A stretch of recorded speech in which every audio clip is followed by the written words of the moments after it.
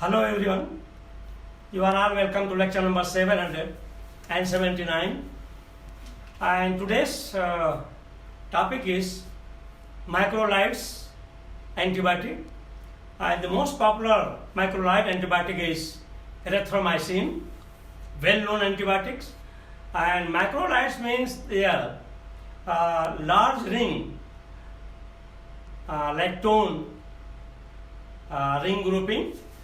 And in this antibiotic, we have the amino, dimethyl amino linkage in one of the sugar, that is called amino group sugar, and that is in the form of glycoside, and that's why it is basic in character, because of the presence of amino group, that is nitrogen, and it can form the salt with organic acids. And this macrolide antibiotic was discovered in 1950s, and then erythromycin was isolated in 1952 from Streptomyces species, and it is very effective for gram positive and gram negative bacteria. And nowadays erythromycin is very effective antibiotic, especially to treat chest infection, especially bronchitis, pneumonia, and some other respiratory conditions. Erythromycin is given carefully because it can show allergy. So before giving, make sure that the patient is not allergic, and also it is not given to those people who are having some problem of kidney or liver. That's because this can affect the kidney and liver. And erythromycin is given only after taking some food because its action is very quick. So here the structure is given, that is medicinal importance of macrolides erythromycin antibiotic. Here these are macrolides, and where the keto group is there, and also lactone ring is there, and this is the glycosidic linkage of amino sugar. This is your amino sugar. So this amino sugar is linked with these macrolides rings, and it is having molecular formula C17 H67 NO13, and its molecular mass is 733.93 gram per mole. And number one, macrolides is a group of chemically related compounds containing a macrocyclic lactone. So it is a macrocyclic lactone ring is there, and that's why it is called macrolide. Ring comprising 12 to 14 atoms, and was isolated from Streptomyces species.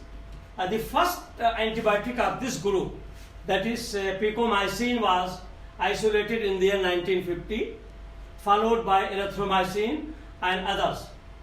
The common chemical characteristic of macrolide antibiotic are: number one, that a large lactone ring.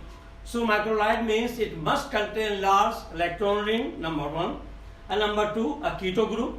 So lactone ring is a must, keto group is a must, and amino sugar glycosidic linkage is a must. These three are the requirement for macrolide antibiotics, and the most important one is erythromycin.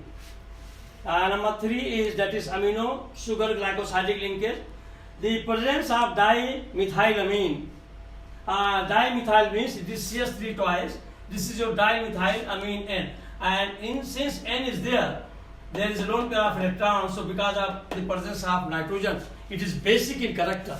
This is a big difference from other antibiotics because of the presence of this nitrogen in this sugar linkage. It is basic in character, and it can form the salt in presence of organic acids. Basic in character to microlides which form salt with organic acids.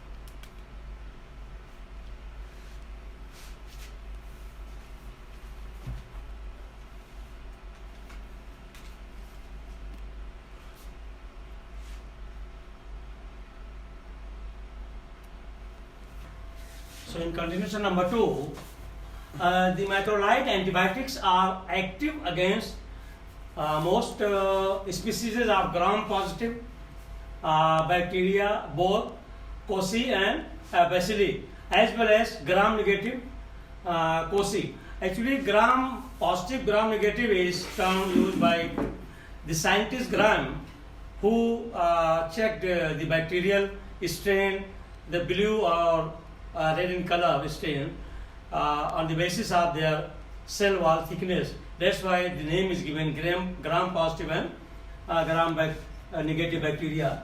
The antibacterial activity of erythromycin resembles that of penicillin. It is exactly same like penicillin, but it is more important because where penicillin fails, sometimes the bacteria, they are penicillin resistant, and also sometimes penicillin is more allergic. So in that condition, erythromycin is given. So erythromycin is better than penicillin because it can control those bacteria which are penicillin resistant. These antibiotics are active against the penicillin resistant bacteria. Number 3, erythromycin was first isolated by M.C. Goyre and co-workers in the year 1952 from Streptomyces erythrosus. So the erythromycin is given the name by the microorganism from which it was isolated, that is Streptomyces erythrosus. It is colorless or slightly yellow powder, slightly hygroscopic and soluble in methanol, but slightly soluble in water.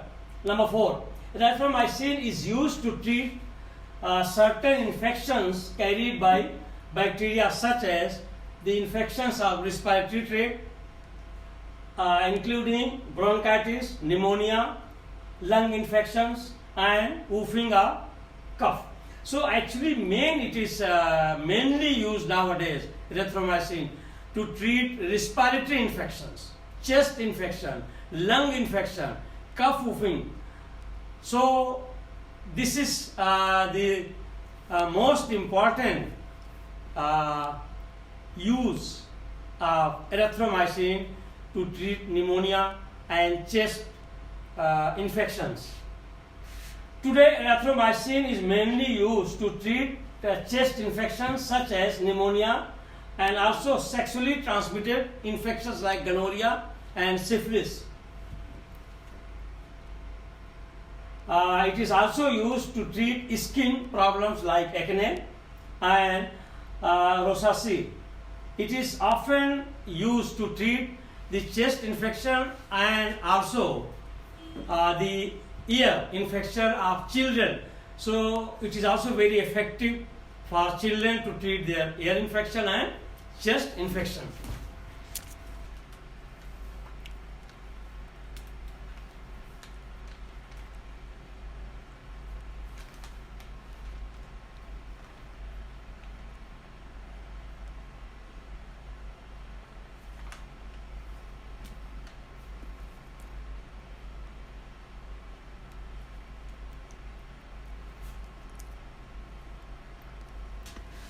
So here number 5, erythromycin is also called by different brand names, and these brand names are erythromycin is one, which is very common.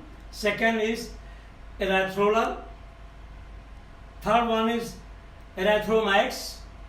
Fourth one is Romix. Erythropet A. Actually, erythropet A means it is when substituents are changed in hydroxy or hydrogen, then it is given A and B. So it is here they are mentioning erythropet A, and last one, that is erythropet. So these are all the brand names of erythromycin antibiotics. And number 6, erythromycin is not good for allergic people, those who are sensitive, who are allergic. For those people it is not advisable. So before taking erythromycin, better you check your allergy. Once you are not allergic, then only you should take erythromycin. Those with liver or kidney problem, they should also avoid erythromycin because it has some damaging impact on organ like kidney and liver. And also those who are having irregular heartbeat or fast heartbeat, some cardiovascular problem, they should also take erythromycin only when their doctor is advising, only on prescription by doctor and telling him all the details. Once you are going to take erythromycin, make sure that you consult your doctor, because nowadays it is very common, we call it window medicine. Everybody is physician, everybody is pharmacist. So if they have any cold, cough or chest infection or respiratory tract infection, automatically they will go and buy erythromycin antibiotic and they will start taking 4 hourly. It's not like that. If you are doing like this, it means you are at high risk. Your kidney, your liver may be affected, your cardiovascular system, that is with irregular heart or fast heartbeat, will be having problem. So erythromycin, once you are using, make sure that all these conditions what I have mentioned, allergy, problem of kidney and liver, and those who are having irregular heartbeat, they should not take unless they are prescribed by doctor. And even after taking 1-2 doses, if they have any symptom, they should immediately report to their doctors. And also it is advisable for this erythromycin that only you should take with food. Once you have taken food, along with that you can take, so that your stomach is not upset or is not disturbed. So here the liver and kidney problem, irregular heart or fast heartbeat. Dosage is from 250 mg to 1000 mg, taken 4 times daily. Erythromycin is better to take with food, so it does not upset your stomach.